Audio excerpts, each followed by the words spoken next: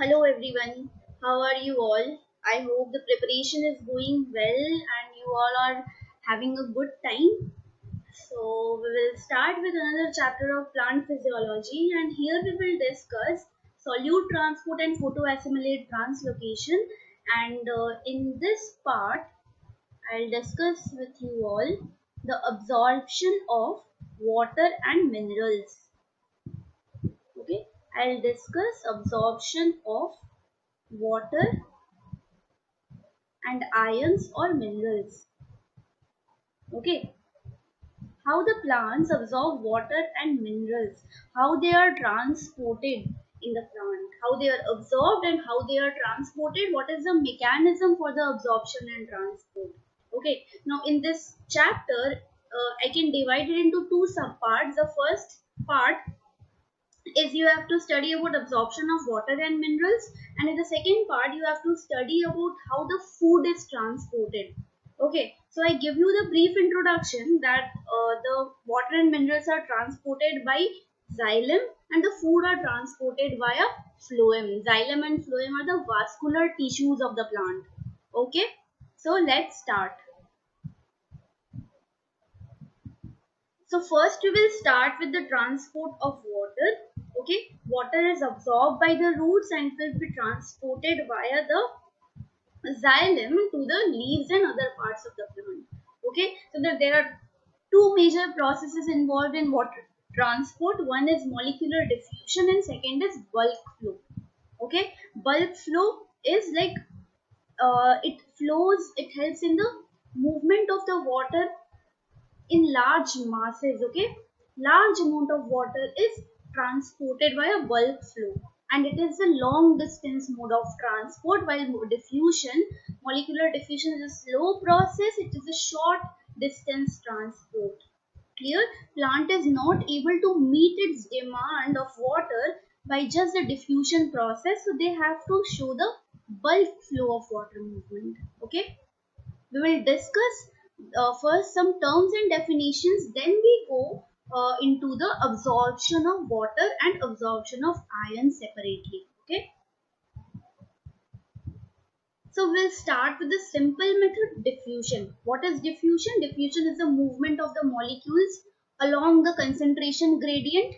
Okay, the molecules are moved from their higher concentration region to the region of lower concentration. Okay, now diffusion is a slow process. It does not require any energy. It is a random and a spontaneous process.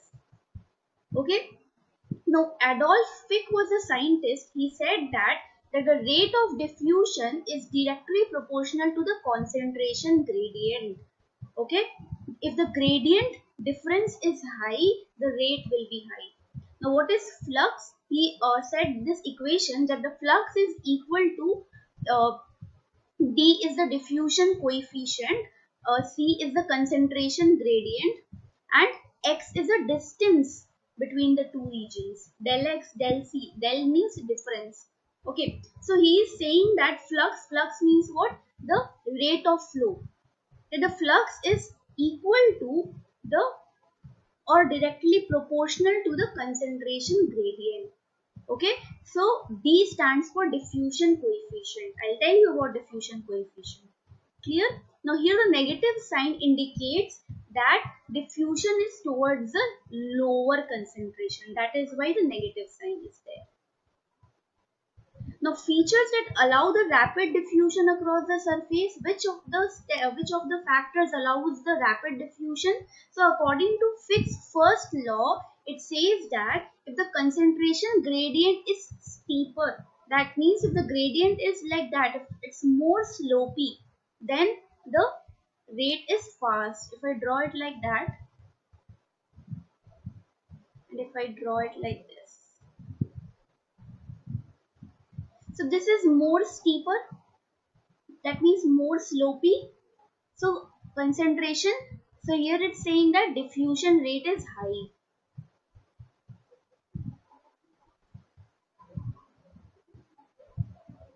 Okay, this is very shallow, so diffusion rate is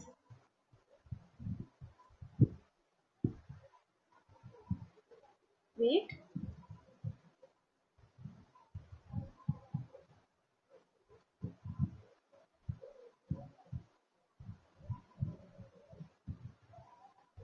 Rate is slow. Okay, so the more steeper the gradient is, the more is the rate of diffusion. Okay, here I'm just I've drawn the slope. Okay, I've drawn the slope. Okay, now it's also saying that when the diffusion coefficient, which was d, so when the d was increased, the rate is also increased because d is directly proportional to rate. Okay, so what is this d? The d is known as diffusion coefficient. Okay, this d measures about how easily a substance can cross through a particular membrane. What is the easiness of, or how easily a substance can cross the membrane? Okay, so if the substance can cross easily, that means if the diffusion coefficient is high, then rate will also be high. Clearly, now large molecules will have smaller diffusion coefficient. That means the diffusion rate of large molecules will be less. So if diffusion rate of the large molecule will be less, diffusion coefficient will also be less. If diffusion coefficient is less, rate will be less. Okay. Now diffusion coefficient also depends on the medium. If it's in air, the diffusion is fast. If it's in liquid, the diffusion is slow. Okay, so the diffusion is faster in air and it is slower in liquid. Remember, so what we studied from this slide, that if the concentration gradient is steeper, then the diffusion rate is high. If the concentration gradient is shallow or less steep, the diffusion rate is slow. If diffusion coefficient, that means if the easiness to cross a membrane, if easiness to cross a particular membrane, that is diffusion coefficient, if the easiness is high, then the diffusion rate will also be high. We also saw that large molecules have slow rate of diffusion. If the rate of diffusion is slow, that means they have smaller diffusion coefficient. Okay, we saw that large, if the rate is high, diffusion coefficient is also high, or vice versa. Larger molecules have slow rate of diffusion. So if rate of diffusion is slow, diffusion coefficient will also be small. Now it also depends on medium. Diffusion is air. Diffusion in air is faster than the diffusion in liquid. Okay. Now look at this slide. It is saying that at time t0. So if I write it bigger, at time t0, there is a higher probability that a solute molecule in chamber A will pass through this open channel or through this open window into chamber B. Okay, at time t0, the solute will move from chamber A to chamber B. After a certain time, that is at time t1, we see that the solute molecules in chamber B will increase and the solute molecule in chamber A will decrease. Okay, how long will the transfer go on? So this process will go on until the molecules are uniformly distributed between the two chambers. Okay, there will be a point at which there will be no net diffusion, because the concentration on either side becomes equal. Okay, so I said that the point will come when there will be no diffusion. Okay, because the concentration gradient becomes equal. See, look here. The dotted line indicates that there is no change in volume in either chamber A or B. The volume remains same. See, the volume here was same previously, and after the certain time, after the transfer also the volume is same. Okay, due to diffusion of the solute molecule. Now the next process is osmosis. This is a special type of diffusion process in which the molecules or the solvent molecules, here remember in osmosis solvent molecules move.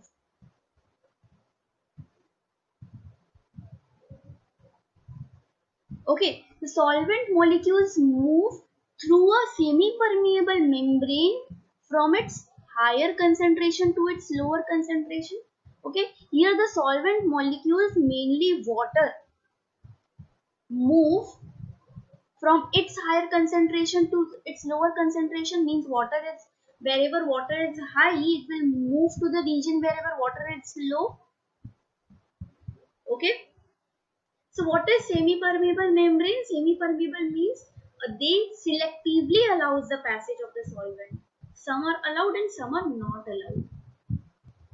So look here, this is a semi-permeable membrane. In between, this is a low solute concentration, this is high solute concentration.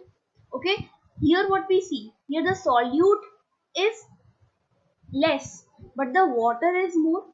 Here what we see, that the solute is less and water is more. So what we studied in the definition of osmosis, that water moves from its higher concentration to its lower concentration. Okay, so water from this region is moving to this region. Clear? So this picture is just for the conception. I will show you a better picture. So here is the water movement. Wait. So here is the water moved from A to B. Okay, this is A, this is B. Water moved. Okay. So see the better picture. If this is chamber A and this is chamber B. So chamber A and B are separated by a semi-permeable membrane. There is no window in between. You can see like in diffusion process. So chamber A and B are separated by a selectively permeable membrane. So we know what a selective permeable membrane is. So this selective permeable membrane restricts the flow of solute. Okay, only solvent molecules, that is water, can only flow. Solute, that means another, that is mineral ions, cannot flow. Only solvent can flow. Okay, so if we take at time t0, all solute molecules are retained in chamber A. Okay, and they exhibit identical volumes. So at time t0, all solute molecules are there in chamber A and the volume is same in both the beaker, in both the chamber. After a certain time, at T1, we see that all the solute molecules are still in chamber A, but the volume of water in chamber A has increased, because see here solute is more. So you have to understand, if solute is more, that means water is less, and here water is more. Water is more means free water is more. Here the water is there but water are bound with the solute, so water cannot move. Okay, here water is more, so water will move from here to there. Water will move from B to A because water is high in B.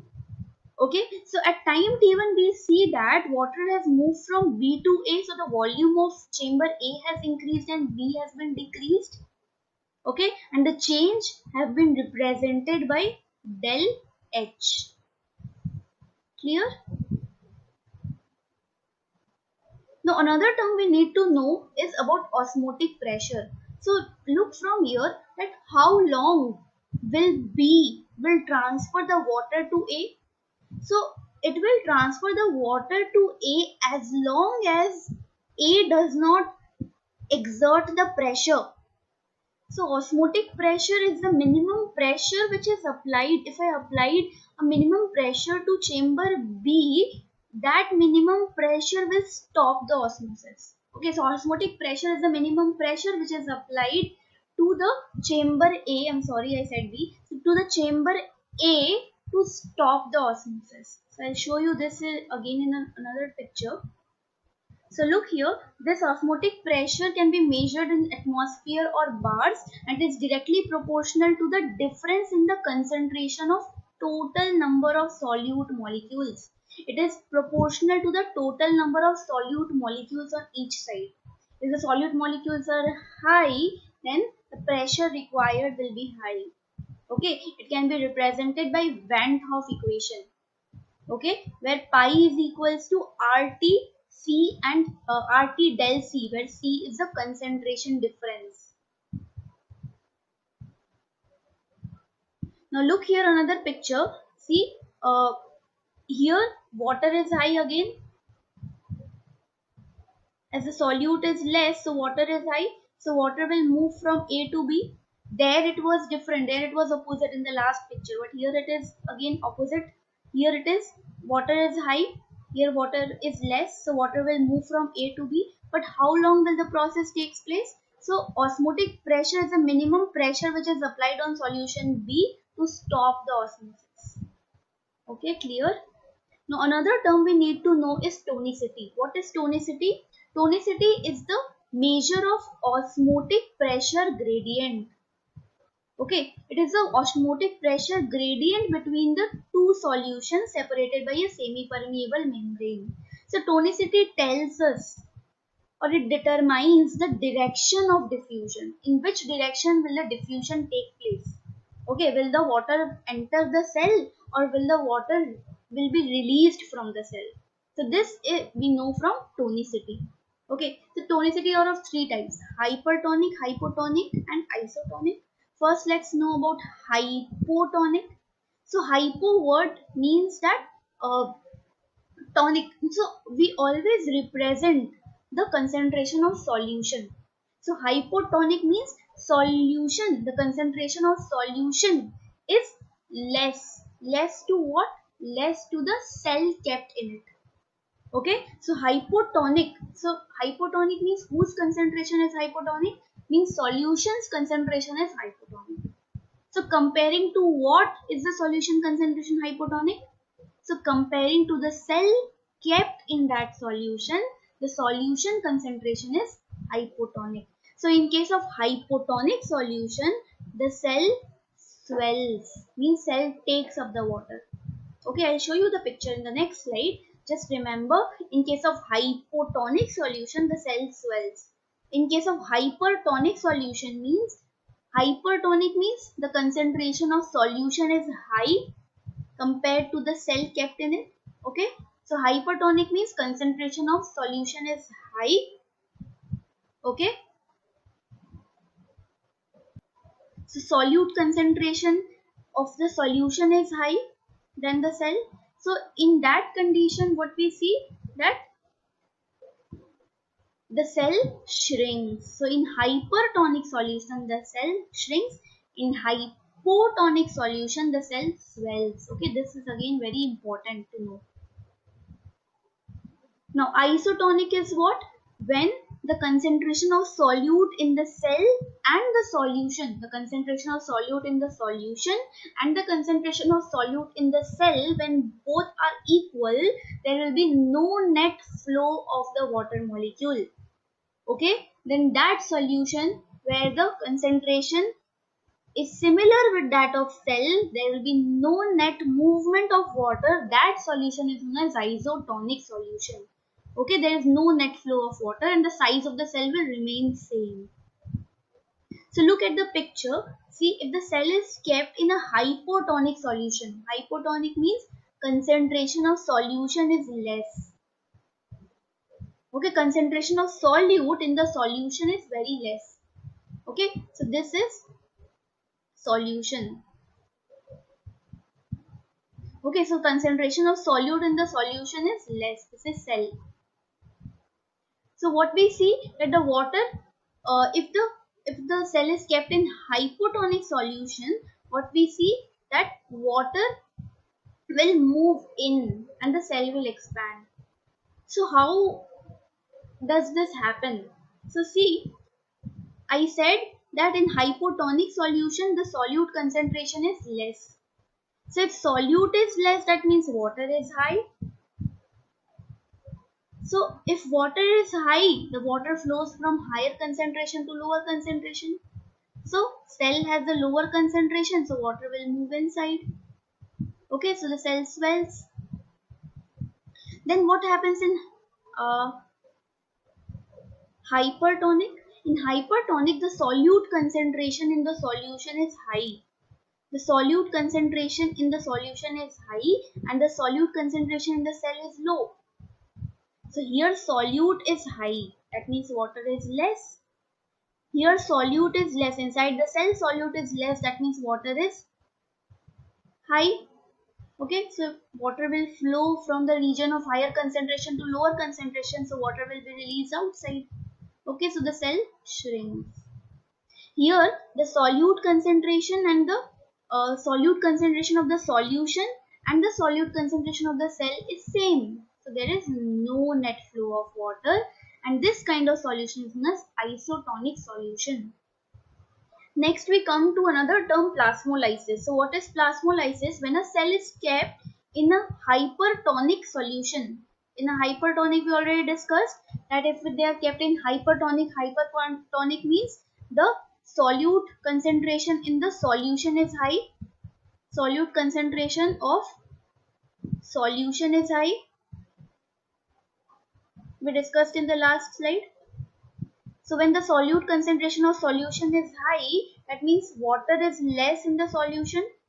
So if water is less, this water from the cell will come out. Okay, cell will shrink. So when a cell is kept in hypertonic solution, water flows out and the cell shrink away. Okay, so in that condition, what we see that the protoplast shrink away from the cell wall. Okay, every cell have a protoplast. The protoplast gives a pressure in the cell to make the cell turgid. But when they are kept in hypertonic solution, what we see that the protoplast shrink away, it moves away from the cell wall. Okay, I'll show you the picture. Now, incipient plasmolysis is the first stage of plasmolysis. Okay, it is the first detectable stage of plasmolysis where we see that the protoplast just fills the cell volume. Means it has just started to withdraw from the cell wall. Okay, so at incipient plasmolysis means the plasmolysis has just started. In that case, the protoplast does not exert pressure against the wall, nor it is separated from the wall. Okay, means in the normal case, protoplast exerts pressure on the wall, which is the turgor pressure. Okay, but in incipient plasmolysis, we do not see any. They do not exert pressure also, and they are not completely shrinked also. Okay, they have just started the shrinkage. Okay, and in that case they do not give the pressure also. Consequently, we see that after the plasmolysis occurred, the turgor pressure becomes zero because all the water has lost. The cell shrink, their cell is not turgid now. The cell turgor pressure becomes zero. Okay, if turgor pressure is zero, then the water potential is equals to osmotic potential. So what is water potential? Water potential is the amount of water present in the cell. Okay, so if water is all out, only what remains is the solute. So in that case, the water potential is equal to the osmotic potential. We will discuss about water potential and osmotic potential in detail in the next few slides. So look here that this is a normal cell. This is incipient plasmolysis where look here that they have just started to withdraw. This is protoplast. This part is protoplast. Okay, the protoplast has just started to withdraw from the cell wall. Okay, in that case in incipient plasmolysis what we see that no turgor pressure. Okay, and also the cell wall is not fully withdrawn. It has just started to withdraw. It's not fully withdrawn. Okay, this is cell wall. This region is cell wall. Inside region is cell membrane. This is cell membrane. Okay, this is cell membrane. The outer side is cell wall. Inside are few organelles present, and the vacant space is vacuole. Okay, the membrane of the vacuole is tonoplast. Okay, so see, when the cell is placed in hypertonic solution, what we see that the protoplast withdraw from the cell wall. See the region, the protoplast has withdrawn from the cell wall. Okay, and the cell wall doesn't get damaged. The protoplast and plasma membrane becomes shrink. Now this case is known as plasmolyzed cell. Okay. Another term we need to know is turgor pressure. So turgor pressure is what? Turgor pressure is when a cell is fully filled with water. Okay, when a cell is fully filled with water, that cell will exert the pressure. Okay, that cell will exert the pressure on the wall. Okay, the cell will exert the pressure on the wall. This is known as turgor pressure. The content of the cell when exert the pressure on the wall is known as turgor pressure. In opposite, the walls also exert the equal and opposite pressure on the content of the cell. Walls also exert the equal and opposite pressure on the content of the cell. Now the pressure exerted by the wall is known as wall pressure. Okay, so the pressure exerted by the wall is wall pressure. The pressure exerted by protoplast on wall is turgor pressure. So wall pressure is by the walls on the protoplast. Okay, this is the opposite pressure. Opposite to the turgor pressure is the wall pressure. Okay, so if the cell is filled with water is known as turgid. When the turgor pressure becomes zero, that means when the water is lost, we say that the cell has become flaccid. Please remember these terms. These are very important to know the further topics. Now we're coming to chemical potential of water and water potential. So what is chemical potential? So chemical potential of water, it represents that how much of the free energy is associated with one molecule of water.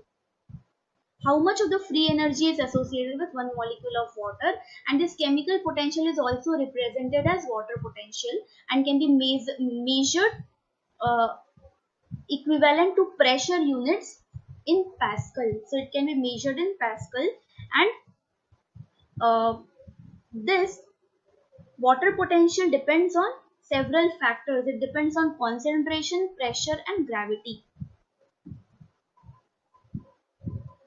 Okay, there are four components. So this is why actually it will be psi W, or Greek letter psi. So water potential psi is the sum of solute potential, which is psi S, sum of, plus pressure potential psi P, plus gravity potential psi G, plus psi M, which is metric potential. So water potential is the sum of solute potential, pressure potential, gravity potential and metric potential. We will study about each of them individually. So what is osmotic potential? Osmotic potential or psi S, also called as solute potential. Remember, osmotic potential mainly we use solute potential. Okay, sometimes you will see osmotic potential also. Okay, it represents the effect of dissolved solutes on water potential. Okay, means what is the effect of dissolved solute on water potential? If the solute, if the dissolved solute is high, water potential will be less. Okay, so water, if a dissolved solute is high, water potential will be less. Pure water means solute potential is zero. Pure water means no solutes. Solute means what? Minerals. So if there is no solute, then solute potential is zero. If there is solute, then solute potential becomes negative. Okay, so if the solute binds, if the water is added to the solute, then what happens? Solute will bind to the water. Okay, so think of a beaker. Okay, think of a beaker A which has only water. Okay, if I add solute here,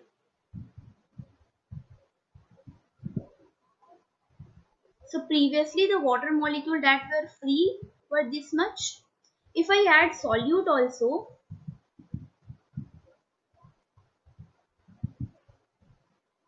then what I see that these solutes bind with water,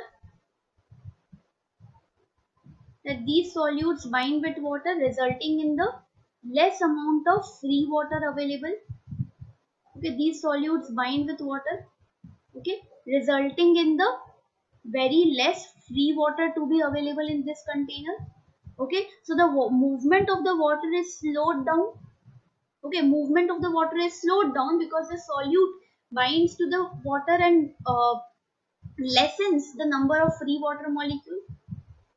So if the free water molecule is lessened, we see that the water cannot move because water is not free, and they are not able to work because they are bound with the solute molecule.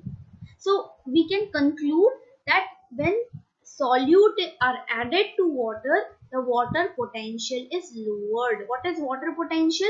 Water potential is the ability of the water to do work.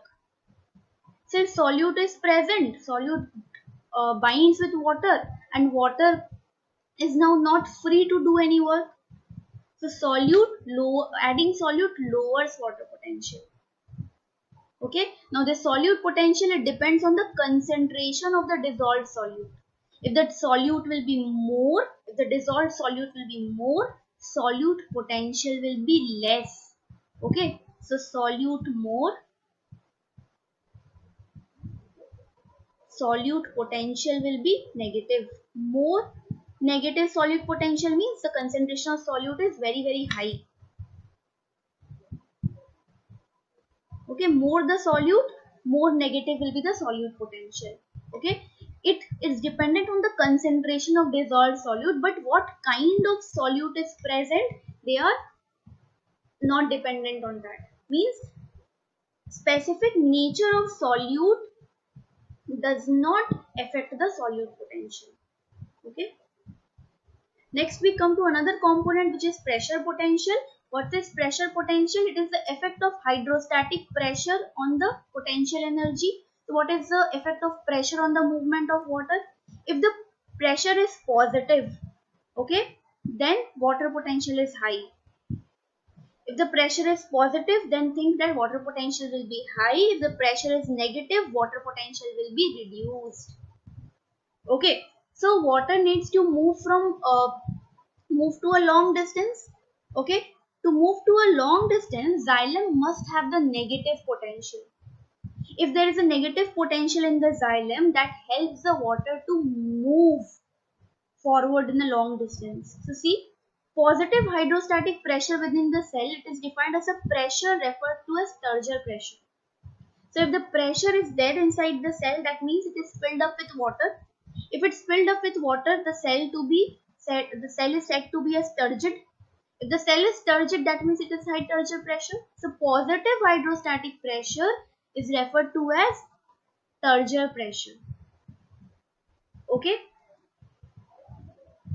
So the value of pressure potential is usually positive, but it can also be negative. In which case the pressure potential is negative?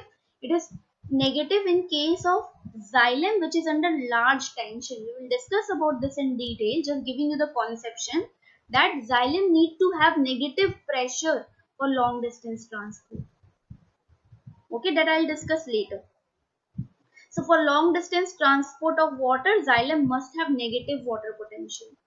Okay, for pure water in an open beaker, when the beaker is open, there will be no pressure because beaker is open, the pressure potential will be 0.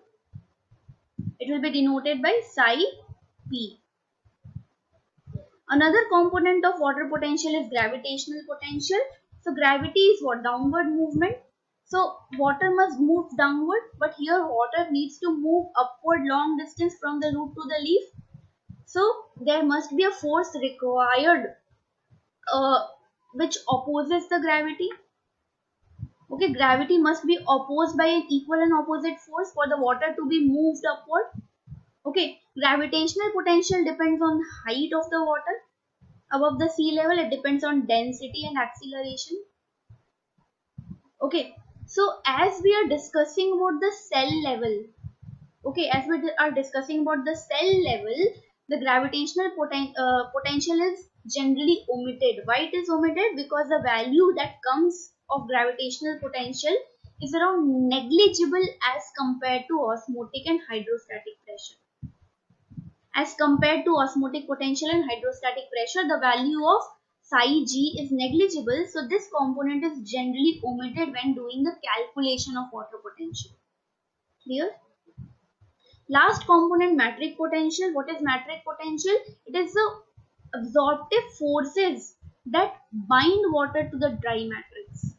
So dry matrix here includes, say for example, dry soil, seeds, cell walls. So what absorptive forces bind water to the dry substances? But here we are discussing about the living cells, so dry substances we are not taking into concern. Okay, as we are discussing about the movement in the living cells, so dry matters in the seeds and dry soils and cell walls we are not considering right now. Okay, so this is also omitted because we are considering here about the living cells. Okay, so this metric potential, it manifests a tenacity. Tenacity means grip with which water is held by the dry matrix. So look here in this picture, the water potential is minus 0.1 psi. So psi means water potential. Psi is equals to minus 0.2 CO. Psi means water potential. Just psi I write here. Okay. So psi means water potential. So look here is minus 0.2. Here psi is minus 0.3. So we see that gradually the water potential is decreasing, and here it's high, low, lower, lowest. So water will move from its higher concentration to lower concentration. So the direction of flow is towards the right, where the water potential is less. Okay. Now with this we solve one question. Which one of the following is not the main factor that contributes to water potential? We saw solute potential contributes, we saw hydrostatic pressure contributes, gravity also contributes, metric potential also contributes, but temperature doesn't contribute. So this is the answer. So I again write water potential is equals to solute potential plus pressure potential plus gravity potential plus metric potential. Gravity potential and metric potential are generally omitted because of the reasons I have explained. Clear? Now we need to know about the mass flow of water. So previously we discussed about the diffusion, okay, how water is moved from the area of absorption to the xylem, okay. Area of absorption are the root hairs. From there the water will be moved or transported to the xylem vessels. Now from the xylem vessels water needs to be moved to the leaf. Okay, now the movement to the leaf is against the gravity, and large amount of water needs to be moved to the leaves. Okay, so to move the large amount of water in a long distance, another pathway is required. Okay, that pathway is known as mass flow of water, where the large or where the masses or the bulk flow of water will take place, and this is a long distance transport process. Now diffusion is the efficient process for the short distance transport, but for the long distance it is not efficient because it will not meet the demand of the plant. Okay. So what is bulk flow or a mass flow? This bulk flow or mass flow is the movement of water in bulk from one point to another in response to a pressure gradient from the high pressure to the low pressure region. We discussed in pressure potential that wherever the pressure is high, where will be the pressure high? The pressure will be high in the region where the water is more. Okay, so if roots absorb the water, water will be more in the roots. Okay, constantly from the leaves transpiration is occurring, so leaves in the leaf area the water is less, so that there the pressure will be less. So water will move from the high pressure gradient, it will be in the roots, to the low pressure region which will be in the leaves. Okay, so the mass flow is along the pressure gradient. Okay, now you can part B questions or ICR net questions can come from here, that among many common examples of bulk flow are water moving in garden hose. a river flowing, a rain falling. So in these of the examples we see that water flows in bulk. So when water flows in bulk, diffusion is not the efficient process. In that case, mass flow is seen. Mass flow is along the pressure gradient. Okay. Now, in contrast to diffusion, pressure driven bulk flow is independent of the solute concentration gradient. Clear? So in diffusion we have seen that wherever the solute is high, wherever the solute is high and wherever the solute is low, it will form a gradient, and there will be the movement of solute from the high solute concentration to the low solute concentration. But in pressure driven bulk flow, it is along the pressure gradient, and the solute concentration does not depend on the mass flow. Okay, that means if leaf have more solute and if root have less solute, then the pathways will not be changed. The pathway is only dependent on the pressure gradient. It is not dependent where the solute is more or where the solute is less. Okay, now this is the main mechanism for the long distance transport of water in the xylem, and much of the water flow through the soil to the plant cells is through the pressure driven bulk flow. Okay, now with this concept we will solve one question. See here what is asking, that two plant cells M and N are lying side by side. Try to solve by yourself. M and N are lying side by side.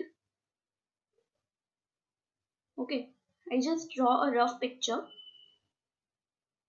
by making a direct contact. So wait, we erase and I make a direct contact between M and N. Okay, M has an osmotic potential of, so I write separately. M has an osmotic potential. Osmotic potential is designated by psi S minus 10 bar, and pressure potential which is psi P of 4 bar. Okay, more negative osmotic potential denotes that solute is high. Okay, now what to find out? We'll see. N has the osmotic potential of minus 12 bar and my pressure potential of 5 bar. So can you see, wherever the pressure potential is more, see pressure here is more means water is more here. Minus 12 bar means solute is also more here. So we cannot find out without calculating. So let's find out the water potential for M. So water potential is the solute potential plus pressure potential. So for M, the water potential will be minus 10 plus 4 is equals to minus 6 bar. Similarly, find out for N, water potential is equals to minus 12 plus 5 is equals to minus 7 bar. So which one is greater? Minus 6 is greater. Okay, so it has water potential of minus 6 bar and this has water potential of minus 7 bar. So water always moves, remember, water always moves from higher water potential to lower water potential. So from M and N, which one you find, which value is higher?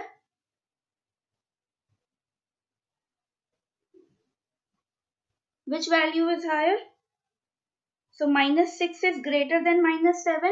So the movement will be from M to N because M has greater value. Okay, M have greater value. Okay, so M have higher water potential. So the direction will be M to N. Clear? Next question. Following are few statements regarding water potential of soil. The osmotic potential of soil water is generally negligible except in saline soils. The osmotic potential of saline soil is always more than 0. In dry soil, the hydrostatic pressure of soil water potential is always positive. Gravitational potential of soil water is always proportional to the height of the tree. So what we discussed, Gravitational potential is dependent on the height, yes. In dry soils, the hydrostatic pressure is always positive. I said when the cell is filled with water, then only it will have positive hydrostatic pressure. If the soil is dry, that means the turgor pressure of the plant cell is zero or very less of plant will be will be zero because it's dry soil. The plant cannot take the water. The turgor pressure of plant will be zero. Okay, so if turgor pressure is zero, therefore pressure cannot be positive. Positive pressure builds up when the turgor pressure, when the cells are turgid. Okay, so this is wrong. The osmotic potential of saline soil is more than zero. No, saline soil means more the solute. Number C, more the solute, more negative will be the solute potential. Okay, saline soil means solute will be more. So solute will be more, then more negative will be the solute potential. Clear? So B is also wrong. The osmotic potential of soil water is generally negligible except in saline soil. So it's generally negligible, but in saline soil solute is more, so it is generally negative. Okay, so this is also correct. So A and D are correct. Next, following are few statements regarding water potential in plants. Solute concentration and pressure potential contribute to water potential of a plant cell. So we discussed that water potential is equals to solute potential plus pressure potential plus gravity potential plus matrix potential. Okay, these two are generally omitted, but they are the component of water potential. So it's saying solute concentration means osmotic potential, psi S. Pressure potential means psi P. They contribute to water potential, yes. When a flaccid cell, flaccid means, flaccid and turgid means, flaccid means water is lost. Okay, shrinked cell. Okay, so when a flaccid cell is placed in a solution that has water potential less negative than the intracellular water potential, water will move from solution into the cell. So what are you saying? So number B is saying that if this is a solution, if this is a beaker, have a cell, okay, this is a cell. So think that, and this is a solution in which it is kept. Okay, and this cell, say for example, is a flaccid cell where the water content is wet. Like there is no pressure inside the cell. This is a turgid cell. Okay, flaccid cell has pressure is equals to 0 because water is not there. Okay, so see, it's saying that when a flaccid cell is placed in a solution that has water potential less negative than the intracellular water potential, that means the solution has less negative water potential. So I consider, say for example, cell water potential is minus 10 bar if I take for example, and it's saying that the water potential of the solution should be less negative. So if I take the solution water potential less negative means I have to take a greater value than the cell. So let's take minus 9. So less negative means if it's 10, less negative means it will have a greater value than minus 10. Okay, so which value is greater? Minus 9 is greater. Water always moves from higher water potential to lower water potential. Clear? So if the solution water potential is less negative and the cell water potential is more negative, then water will move from wherever the water is more, wherever the water potential is more, water will move from that region to the region wherever the water is low. Okay, so here what we see that the solution have water potential more than the cell. So water will move from the solution to the cell. So am I able to make you clear? Because cell has lower water potential than the solution. So water moves from higher water potential to lower water potential. So water will take entry into the cell. So what it's saying? Water will move from the solution into the cell. Yes, because solution is less negative. Less negative means solution has higher water potential. Clear? So A seems correct, B seems correct. This is a correct answer, but let's see for C and D also. When a flaccid cell is placed in a solution that has water potential less negative, okay, let's take this example again, then water will move out. So if B is correct, then C is wrong. Please understand this concept because this concept is very important in this chapter. Okay, wherever the water will move from which region to which region. Okay.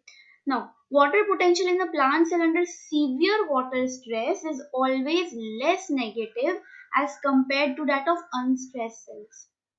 So, when the cell are under water stress, under the water stress condition, the water potential under the water stress condition, water will be less. So, water potential will be less. Okay, in unstressed condition water is normal, so water potential is also high. Okay, when water is high, water potential is high.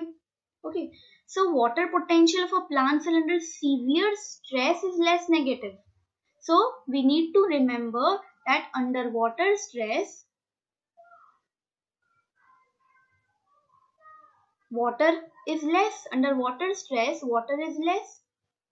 So when water is less, water potential is also less. Okay.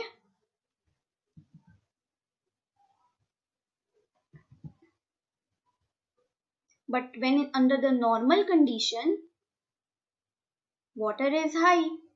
So water potential is high. Water is normal, so water potential is high. Okay, so it's saying that water potential in the plant cell under severe stress is always less negative. Severe stress is how it will be less negative. It will be more negative because water is less, so it will be more negative.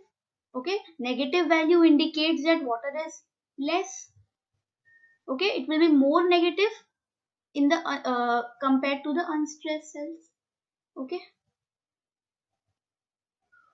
so A and B is the correct answer.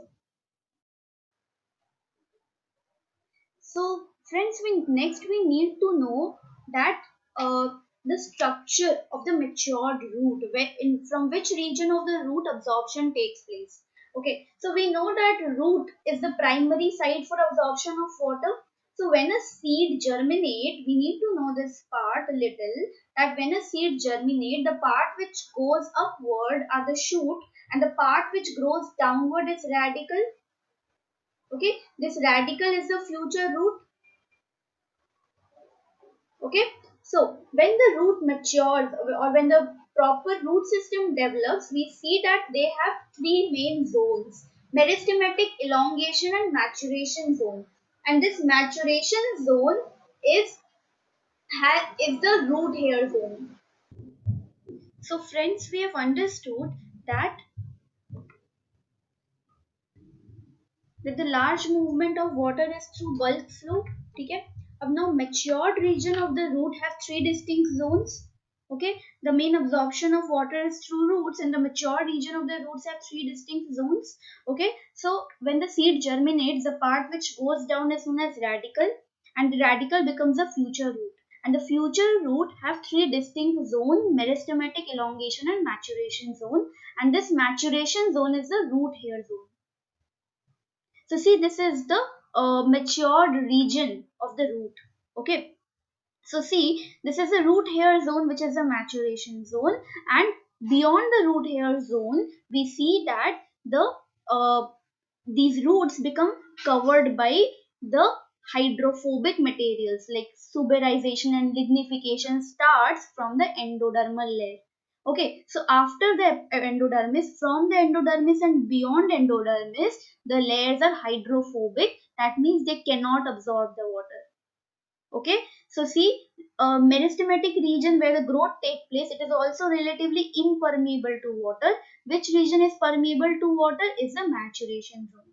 Where is maturation zone located? It is located after the elongation zone. So this is meristematic region, this is meristematic zone where the growth takes place. Then it is the elongation zone where the elongation of the root takes place.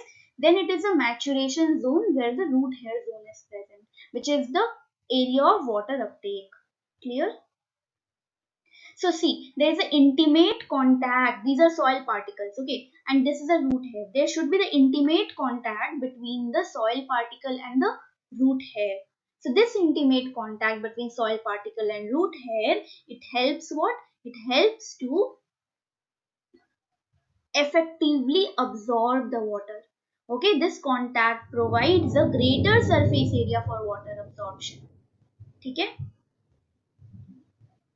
Now, we saw that water absorption is mainly from the root hair zone. Okay? Now, this root hair zone is covered by, I told that beyond the root hair zone is the like more matured regions, and more matured regions are covered by the hydrophobic materials known as exodermis or hypodermis. Okay, they are covered by protective tissue, exodermis and hypodermis, which contains hydrophobic materials made up of suberin or lignin. And these suberin and lignin are the water impermeable layers, which will not allow the water to be passed or absorbed through these layers. Now, root surface are very delicate. When they when the soil is disturbed, they are easily ruptured. Clear? Now I discussed that water moves to long distance by bulk flow in mass, okay, and this driving force is the pressure, okay. Now absorption of water is a passive process, and the movement of water is by diffusion or bulk flow. Clear? Now water predominantly moves by bulk flow. We discussed it is driven by pressure gradient, okay. Now we see that this membrane also has transport proteins known as aquaporins. Okay, so diffusion process is like the size of the water molecule is so small that they can diffuse without the transporter proteins also, and with the transporter proteins also. The transporter proteins which transport water are known as aquaporins. Now these aquaporins are the water filled channels. The aquaporin serves as a water filled channels, and they can transport small neutral solutes also along with the water. They are regulated by gating mechanisms. Okay, this is important. Please know that they are regulated by gating mechanisms, and this gating is controlled by either phosphorylation, pH, calcium, pressure, and temperature. Now look at this picture. So this aquaporins are found both on the tonoplast membrane. Tonoplast membrane means a vacuolar membrane, okay, as well as on the plasma membrane. And they regulate the flow of water. So these aquaporins have 4 subunits. 1, 2, 3, 4. Okay, these aquaporins have 4 subunits, and they wait. These aquaporins have 4 subunits, and they cross the membrane 6 times. You can see the numbering. They cross the membrane 6 times, and both their N terminal region and the C terminal region are located in the cytoplasm. What is the role of aquaporin? They enhance the water flow. Okay, see, this is the simple diffusion. This process is simple diffusion. The rate of simple diffusion is very, very slow compared to the facilitated diffusion. Facilitated diffusion is through transporter aquaporin, okay, which transport the water in bulk. Clear? Now, the interior of the aquaporin channel contains hydrophilic amino acid, and the exterior of the protein channel consisting of hydrophobic amino acid. Okay, so interior which has hydrophilic amino acid interacts with water, and the external region which have hydrophobic amino acid, it interacts with the lipid bilayer.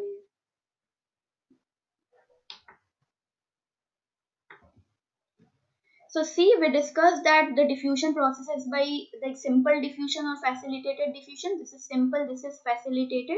Okay, facilitated diffusion is by bulk flow of water through aquaporins. Okay, so aquaporins are integral membrane proteins which transport the water in bulk, and this facilitated diffusion shows a faster rate of diffusion. Clear? So aquaporins are found in both plant cells and animal cells. Now coming to the next part, soil water. We need to know about the soil structure and the water availability to the which kind of soil is high. Okay, we know that are very porous in nature. They are not able to retain the water because the pores in the sand layer are very high. They are not able to retain water. Now the term we need to know is field capacity. Okay, so what is the field capacity? So when we apply water, when we pour water onto soil, we see that the maximum of the water is drained. So after the drainage, after the complete drainage, whatever amount of water soil can retain is known as the field capacity. Okay, so field capacity is what? Uh, the whatever amount of water the plant can retain, sorry, the soil can retain after the drainage is known as field capacity of that soil. Okay, we saw that the clay soil which have very small pores and which have a very high humus content, they have the high field capacity, means water retaining capacity of the clay soil is high because the pores are small, so they are able to retain high amount of water. So see, so water stored in the soil, they are taken up by the plant roots, and from the plant roots, so either they are taken up by the plant roots or they are evaporated from the top of the soil into the atmosphere. Either they are evaporated from the top of the soil or they are taken up by the plant roots. This is how the soil water is used up. So if whatever water is present in the soil, if all will be evaporated, then the soil will dry out. If there is no regular supply of water in the soil will dry out. Okay, very little amount of water will be retained in the soil. So whatever very little amount of water that is retained in the soil, that will be tightly packed with the remaining water, which is very little quantity, which remain in the soil, will be tightly packed with the soil. Okay, the remaining water will be tightly packed with the soil. So that becomes very difficult. So when the very little amount of water is left in the soil, the soils become tightly packed, so it becomes very difficult for the plant to extract that water from the soil. Okay, so there a time comes in the plant, like when there is dehydration condition, that the time comes when the plant demand for water is not met. Okay, the plant demand for water is when not met, then what happens, the plant shows dehydration condition. Okay, they start shrinking and losing the turgor pressure, becoming flaccid, because of which, so after some time when that water is not supplied, so there is a point for which there is a period for which they will wait, when they are excessively dehydrated, then after rehydration also the plant will not regain its turgidity. Okay, after rehydration also the plant is not regaining its turgidity. It's known as permanent wilting point. Okay, I can relate with a realistic situation that I am hurt. Okay, like I'm dehydrated, I am like making it similar with hurt. So if I am hurt a lot, after a period of time, if you cannot, I will give you some period. In that period, if you cannot heal me, and after that if you will try to heal me, I'll not be healed. Okay, so I have reached the permanent wilting point. Okay, after dehydration of which the plant will not be uh, regaining their turgor pressure. Okay, so when they are able to regain their turgor pressure after rehydration, it is known as temporary wilting point. If they can regain their turgor pressure after rehydration, that is temporary wilting point. If they cannot regain their turgor pressure upon rehydration, it's temporary wilting point. But permanent wilting point is what? Even after rehydration, they are not able to regain their turgor pressure.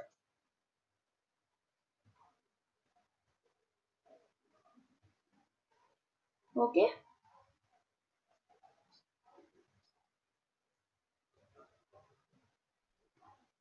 Rehydration.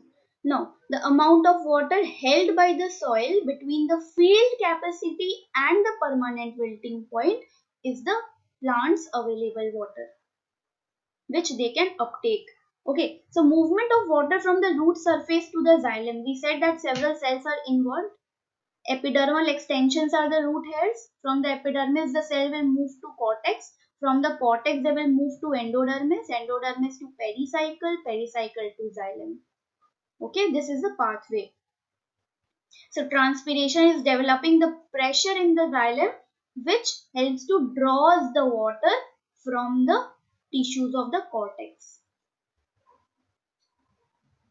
So three pathways are involved mainly, of which two are the most important one, the apoplast and the symplastic pathway. The transmembrane pathway is what? It's like from one membrane to another membrane. Okay.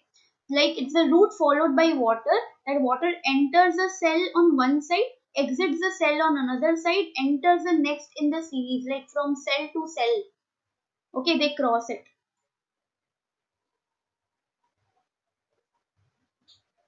So this pathway is less important.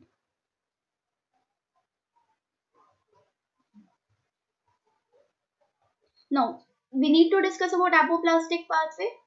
So, apoplastic pathway of water transport is, now this is very important because lot of questions comes from here. Okay, so in the apoplastic pathway, we see that the water moves through the cell wall region without crossing any membrane. Okay, the apoplastic region is the continuous system where there is no resistance. Okay, water is moving through the intercellular spaces in plant tissues.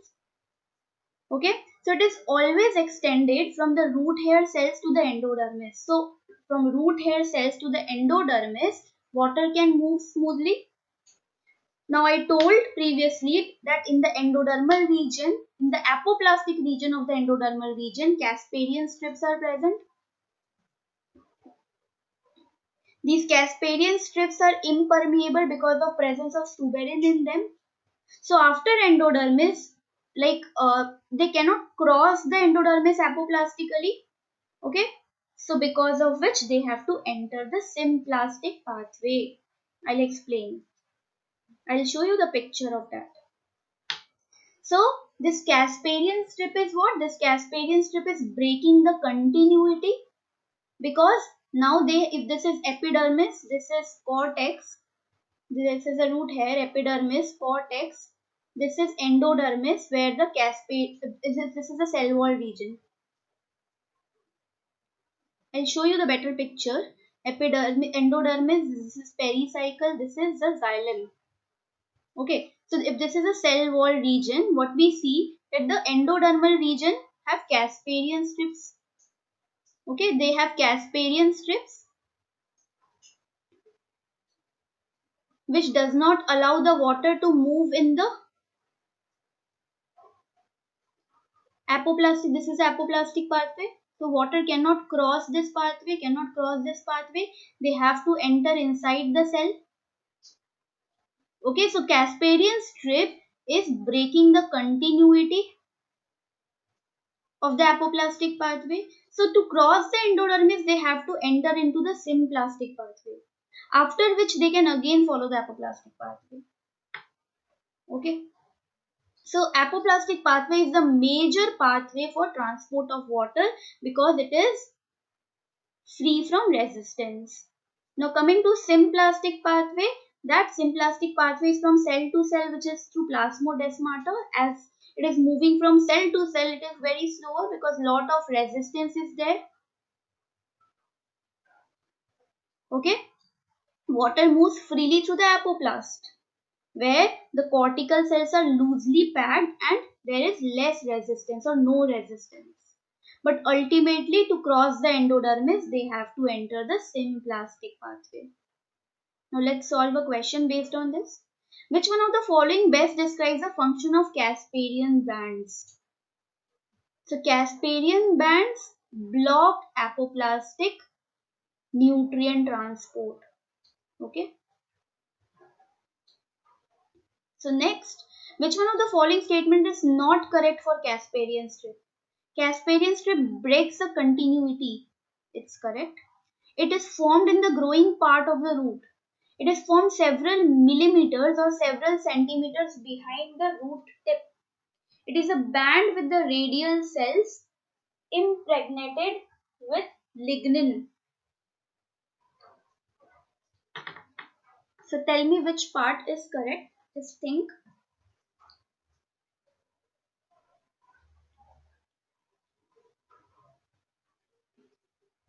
So it breaks the continuity, correct?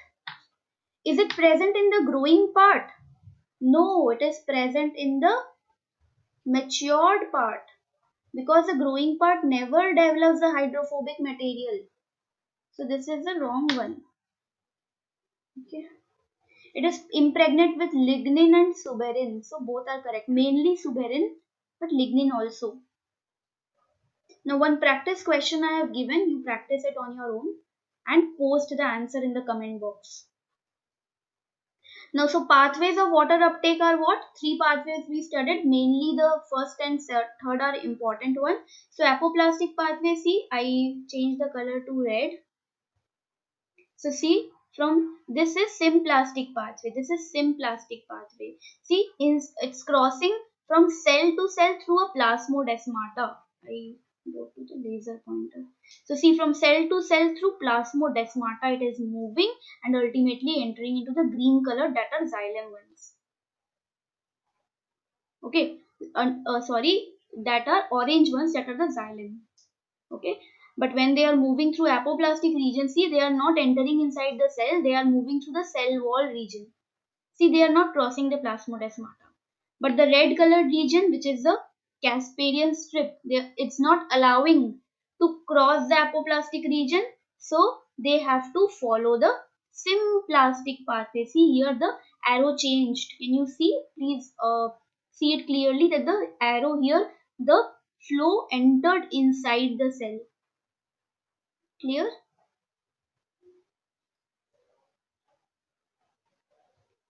So this is again a practice question, very easy. You can solve this on your own. Now coming to the next part, root pressure. Now what is root pressure? When the transpiration rate is very, like when the transpiration is stopped. Okay, so what happens? The root builds the pressure on the xylem. So water is not going out, but the absorption is not stopped. So root is creating the pressure on the xylem. Okay, so how to measure it? If the manometer is sealed over the stump. Stump means if the manometer is sealed over the stump which has the xylem cut. Okay, so see, if you cut the stem of the well watered plant above the soil, if this is the this is a plant. Okay, if you cut, if the stem of a well watered plant is cut just above the soil, see, if any stem is cut, okay, if this from his part is cut and the remaining part is what, this is stump. Okay, you will see that this stump region will exude the water, it will release the sap. That means it is saying that it will release some sap, it will release the sap from here. Okay, if this part is cut from here, so this is saying that because of the root pressure means absorption is going on and root is building the pressure on the xylem. Clear? So when does this root pressure occurs? This root pressure occurs when the transpiration rate is very less or transpiration is stopped. During the night the transpiration is stopped but the absorption is not stopped. Okay, so root generates a positive hydrostatic pressure by absorbing ions from the soil and transporting them to xylem. Okay, this is known as root pressure, which gives rise to exudation. Now, because of which the solutes or minerals and the water build up in the xylem, they are not able to eliminate from the xylem, but they are building up in the xylem sac, creating the positive pressure in the xylem. Okay. So pressure is high in the xylem, but solute concentration is also high because both water and minerals are absorbed. Solute concentration is also high. When solute concentration is high, we can say that osmotic potential is low. Okay, so positive pressure here is building up the low osmotic potential in the xylem. Okay. Now, this lowering of this, when the solute potential is lowered, that means free available water is less. Solute potential is lowered means solute concentration is high. When solute concentration is high, that means free water availability is less. When free water availability is less, that means water potential is also less. Okay, so when water potential is less, then it provides a driving force for water absorption. So to whichever region, where the water potential is less, that means that region require more water. So are you understanding? I am saying that the xylem is absorbed, like roots are absorbing water and minerals. Water and minerals are transported to the xylem constantly, but transpiration process is stopped at night, so water are not able to eliminate out, so positive pressure is building up in the xylem. Okay, there, like with the water minerals are also there, so minerals are there means osmotic potential is lowering up. So osmotic potential is when lowering up, whenever after some time when osmotic potential is low, that means when solute or high osmotic potential is low, which says that the water potential is also low. So when the water potential becomes low, it says that the region which has low water potential requires more water. So in that case, plants continue, or the root cells continue to transport the water to the xylem because xylem has low osmotic potential, that means low water potential. Roots continue to transport the water to the xylem. So xylem builds a positive pressure because water content becomes high, so they builds a positive pressure. I hope it is clear. If it's not, then you ask me again.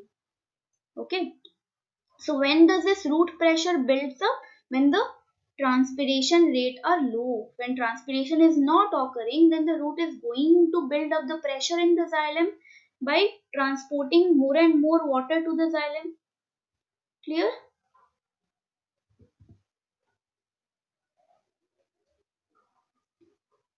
So in the morning when the transpiration rate is high, again root pressure goes down. Okay, or it never develops. Now another term we need to know about is guttation. So what is guttation? That the plant produce the like when the root pressure is high, then plant needs to release that pressure, the plant needs to be free from that pressure, but the stomata are closed. How the water will be evaporated out of the plant cell? They need to release the water. How they will release? Since stomata are closed, they will release the water through the edges of the leaf margin. The edges of the leaf margin have some small pores known as hydatodes.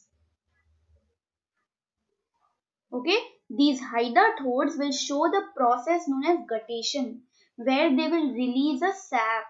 So during night, when the root pressure is high, the sap is released from the pores known as hydatodes. These hydatodes will release the water in the form of sap. Sap means water mixed with minerals. Okay, so when this guttation process is seen, they are seen when the transpiration rate is low and root pressure is high. Also, they are seen when the relative humidity is high, okay, during the night. So see, this is how guttation looks like. During the early morning, the edges of the plant release some sap. These sap are very sticky. Okay. Now, water transport through xylem. In most plants, the longest part of the pathway is the bulk flow of water. Clear? So, what we saw that from the movement to from the roots to the xylem is a little complex process, but from the xylem to the leaf is a low resistance pathway. Okay, so from moving to the root tissue, like from the root hair to the endodermis and to the xylem, is a little complex process, but once it is in the xylem, from the movement from xylem to the leaf is a bit easier process, because xylem is the hollow tube which offers less resistance or no resistance to the movement of water flow. Clear? So see, what is ascent of sap? The upward movement of xylem sap against the gravitational force from the from the roots to the aerial part through the xylem. So against the gravitational force, when the against the gravitational force, when the water is moved from the roots to the through the xylem to the aerial parts is known as ascent of sap. Okay, so xylem anatomy we need to know about that. Xylem are non-living. They have two kinds of elements, tracheids and vessel elements, which conduct the water, and both of them have lignified cell walls and they are dead at maturity. Vessel elements are the one found in angiosperms, and tracheids are mainly found in gymnosperms. This we discussed earlier. So these are dead cells, so they have no membranes and no organelles, and that is why they offer little resistance. Okay, now the walls of the xylem are highly lignified, but they have the openings known as pits. So these tracheids and vessels both have numerous pits on their lateral walls. Okay, so if this is a vessel, I'm drawing just a vessel.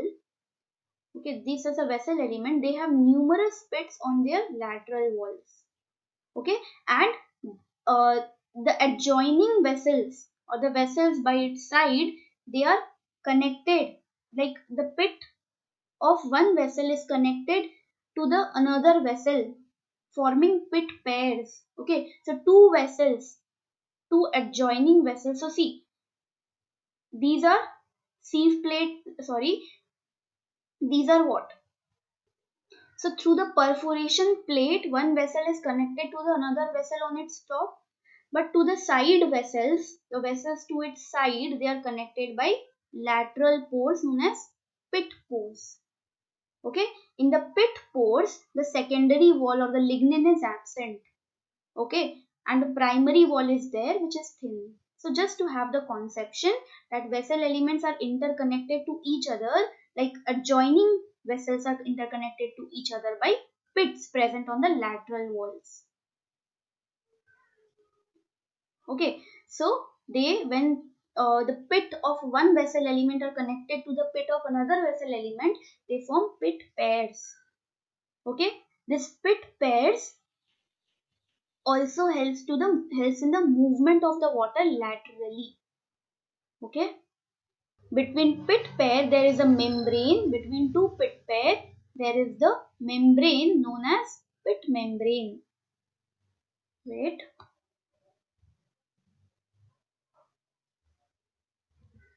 Pit membrane, just to have a little idea. Okay, I have given the detailment, but you have to have the conception. Clear? Vessel elements also have pit pairs on their lateral walls.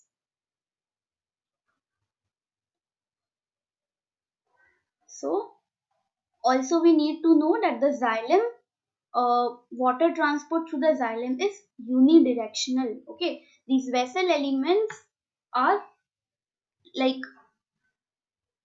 so vessel elements are able to form end to end channel through which the water can move like in a single tube.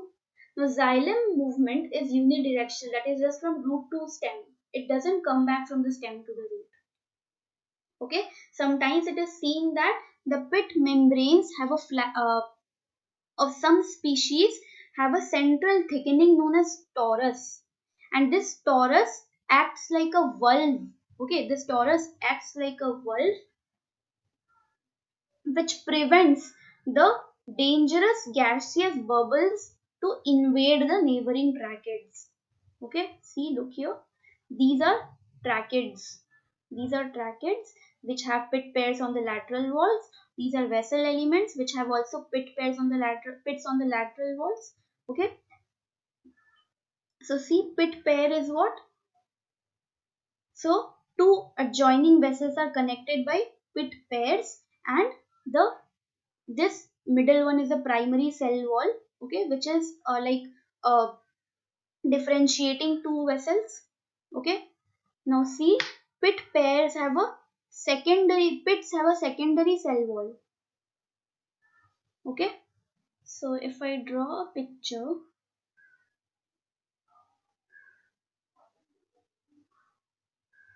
so just to explain you a little bit, so if this is one vessel, okay, so there are numerous pits present.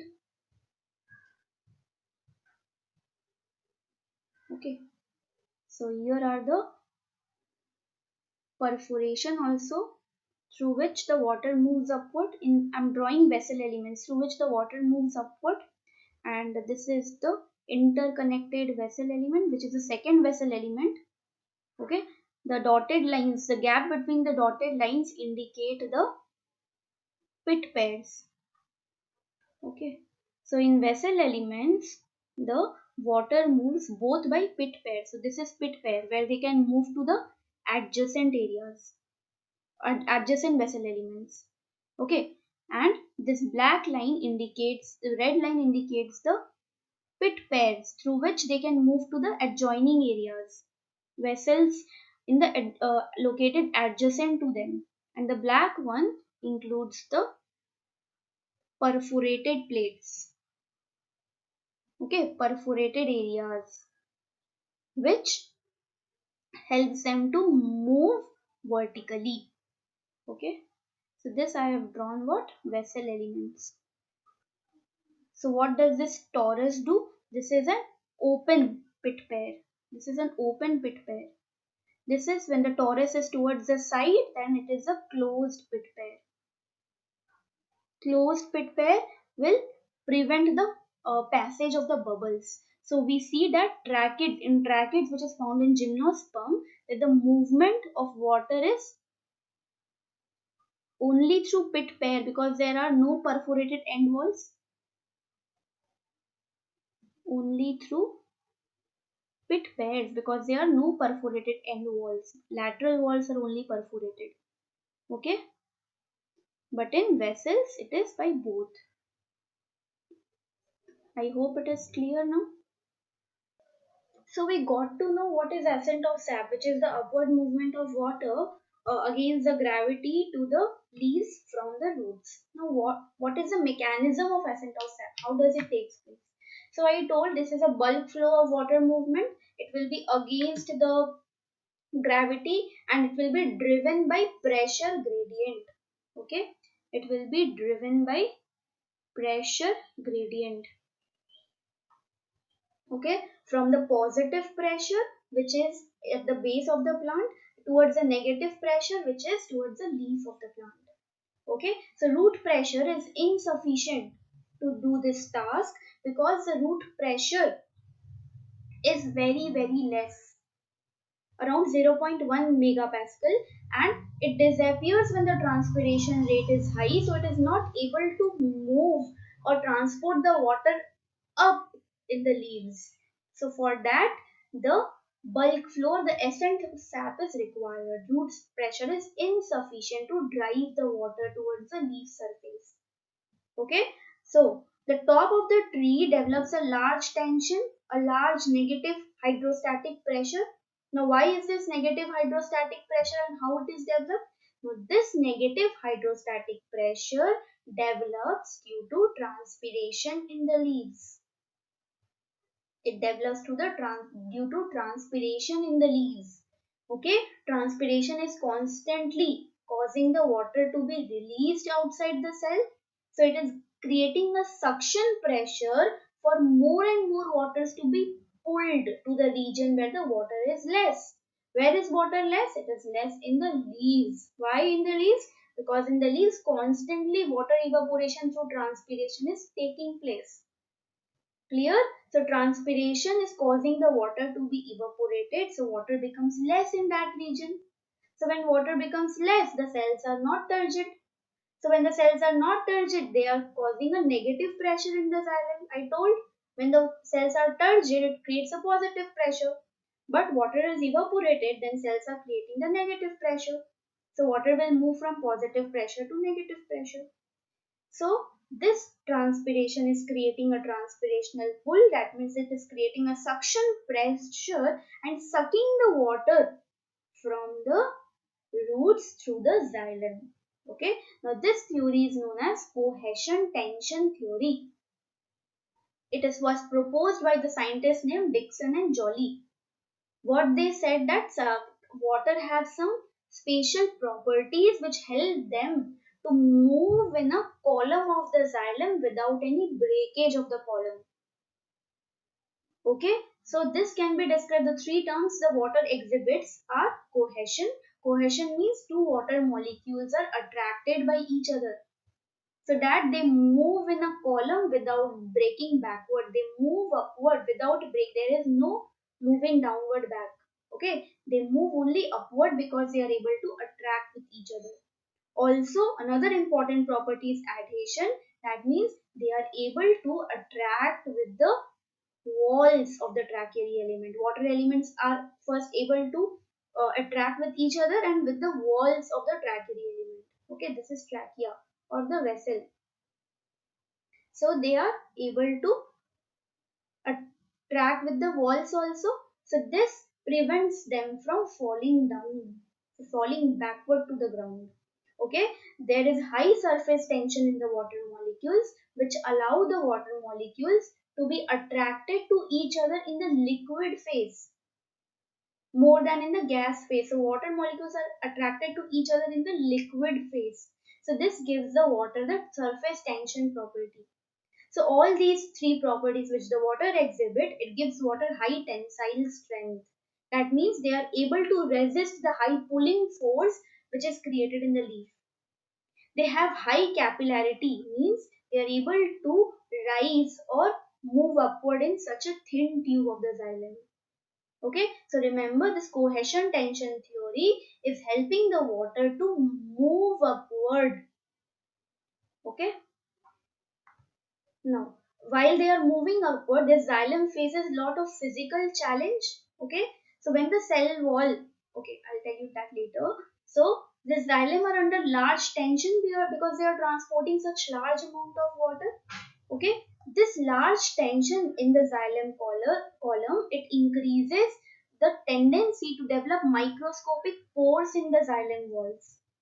Some air bubbles form in the xylem walls while they are sucking the water, while they are transporting the water to the leaf. Some air bubbles also may enter. This is known as air seeding. Okay, this negative pressure in the xylem, it may cause the air seeding, which is cavitation or the formation of air cavities, and this cavitation is the appearance of gas bubbles in the liquid phase of water. So sometimes during the drought stress, we see when the water is in the scarce condition, water is very less, then we see that the plant is creating a huge pressure to draw the water. So to draw the water, sometimes air bubbles also enter in the dehydrated condition. Okay, and when the xylem sap freezes, in that case also there is a pressure from the top, so some air bubbles may enter in. Okay, so during the freezing stress and the drought stress, the air bubbles may enter in. Okay, so when the cell walls are weak, when the xylem cell walls are weak, then the xylem tissues may collapse because of that. So to prevent the cell wall to being collapsed, they develop the secondary wall thickening known as lignification, which is the adaptation for the tendency of xylem vessels to collapse. Clear? So once the bubble will form, there is a tendency that they will expand, that the bubbles will expand.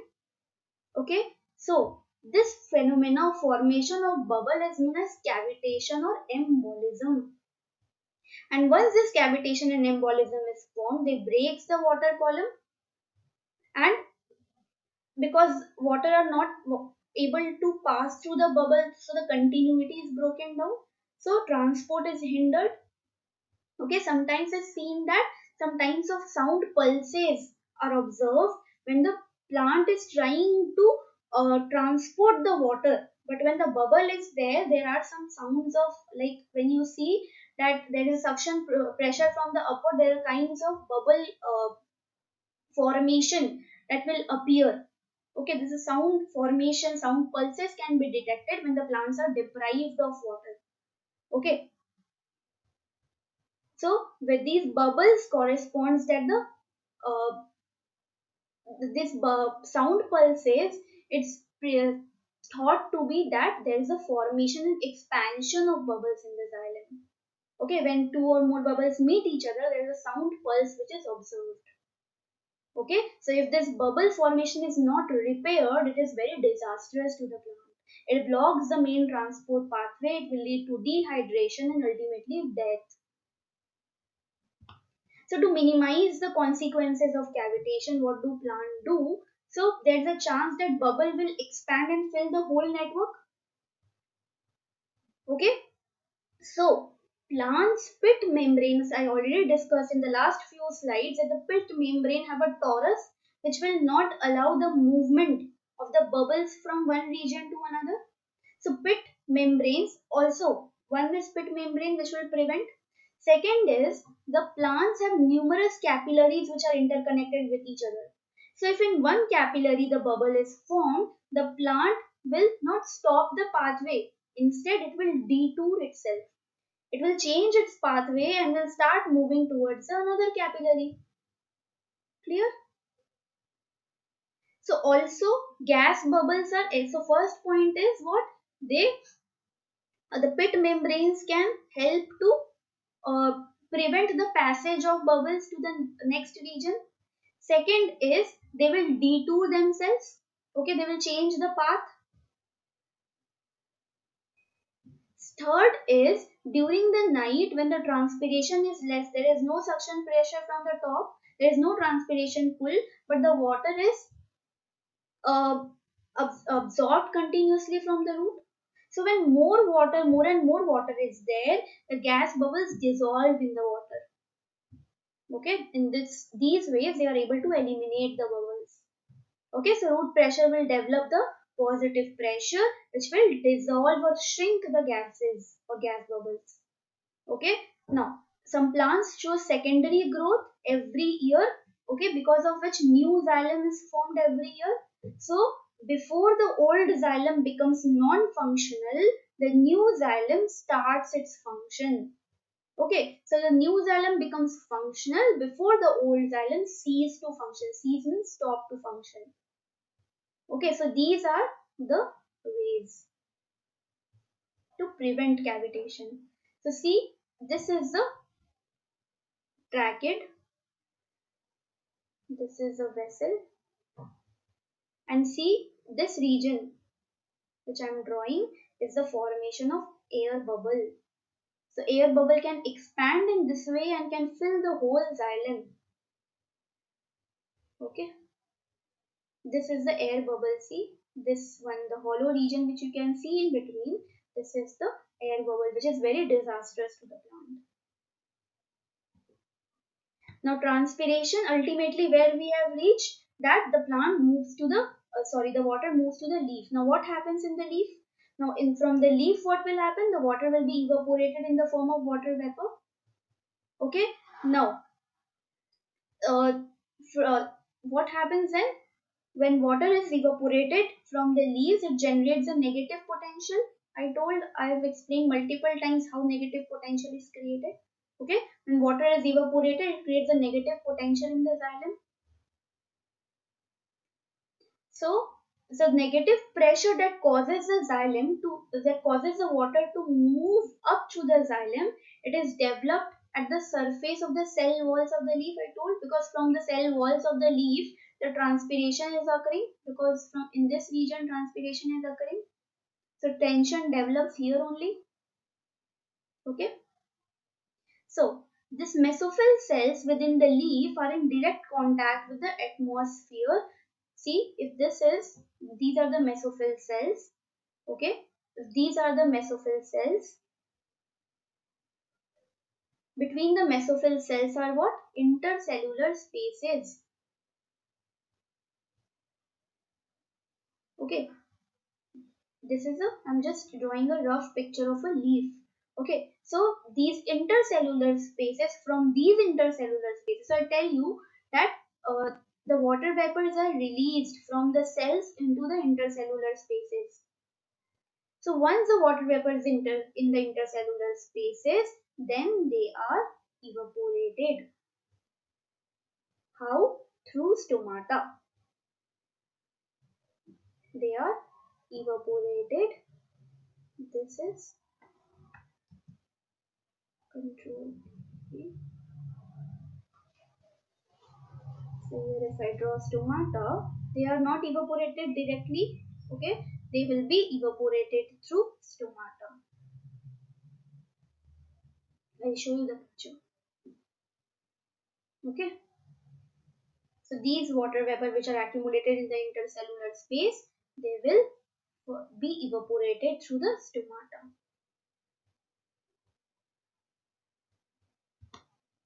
So see what we saw, that water vapor from the cell surface will move to the intercellular air space. Now once they are in the intercellular air space, then there will be the diffusion process. So diffusion process means what? From high concentration of water vapor to the low concentration of water vapor. Diffusion means what? High water vapor here, high water vapor which is inside the leaf, and low water vapor which is outside the leaf. Lower water vapor region which is outside the leaf. Okay, so inside the leaf there is high water vapor region, and outside the leaf there is low water vapor region. I write here atmosphere. So this after the water vapor are in intercellular spaces, then through the diffusion process they will move into the atmosphere. Okay, now you can say that through the cuticle they can have the surface evaporation also. But on the surface of the epidermis, cuticle is present. Cuticle will not allow the effective evaporation because it is the barrier to water movement. So water movement will be through stomata. Okay.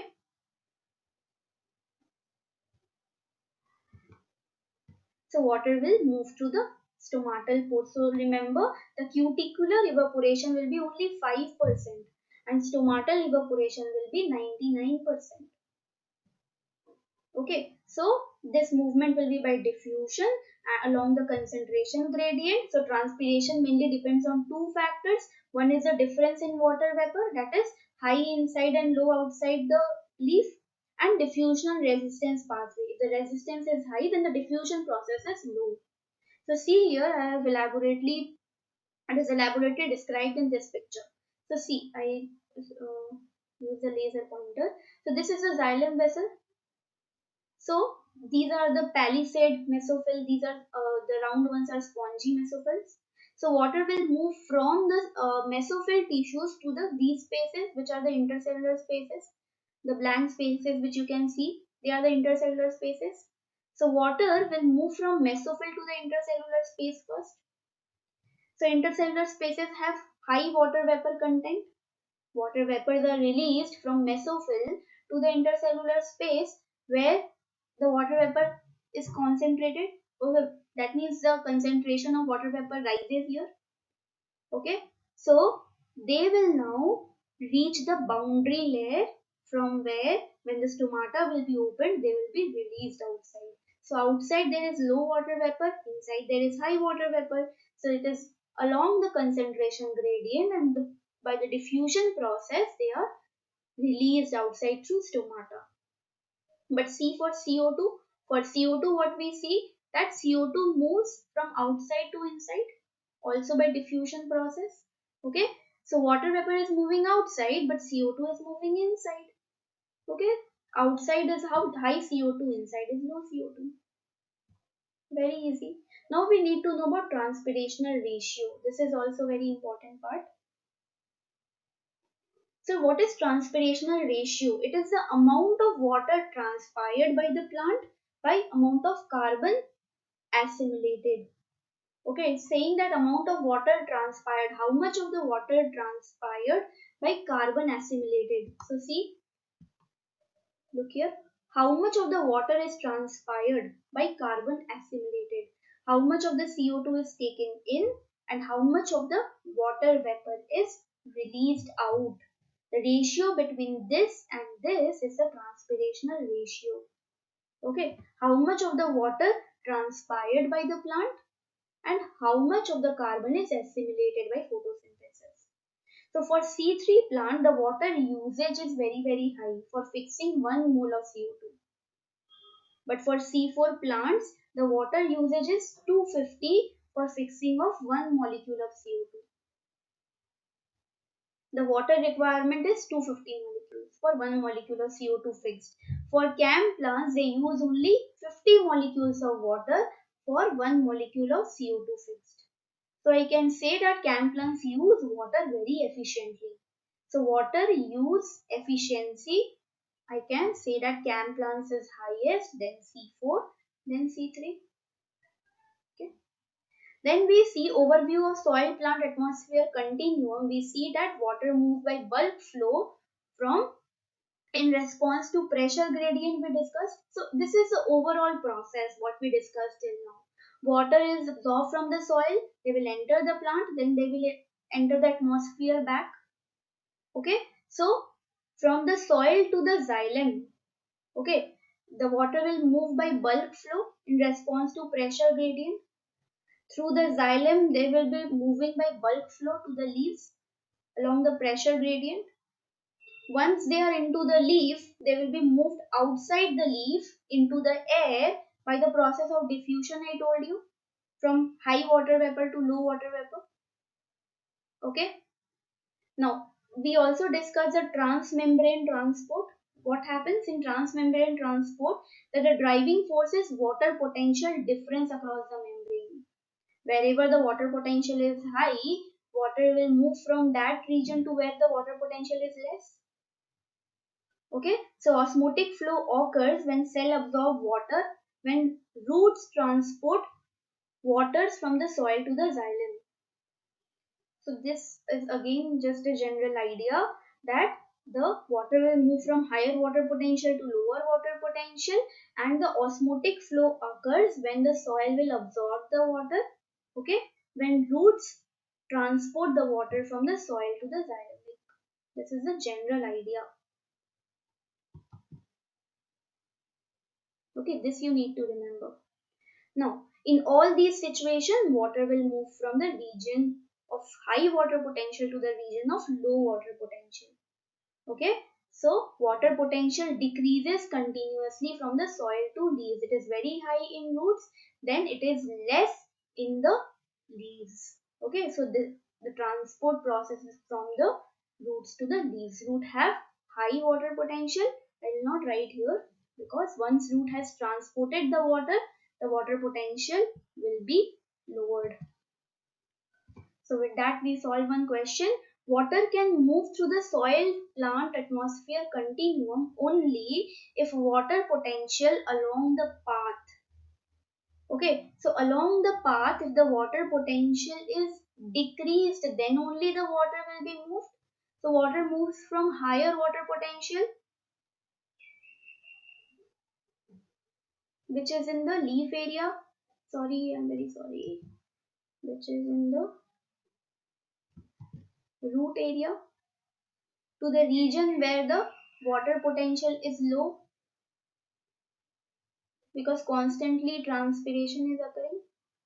So constantly the water potential is decreasing. That is why they are transporting from year to year and year to year. Clear?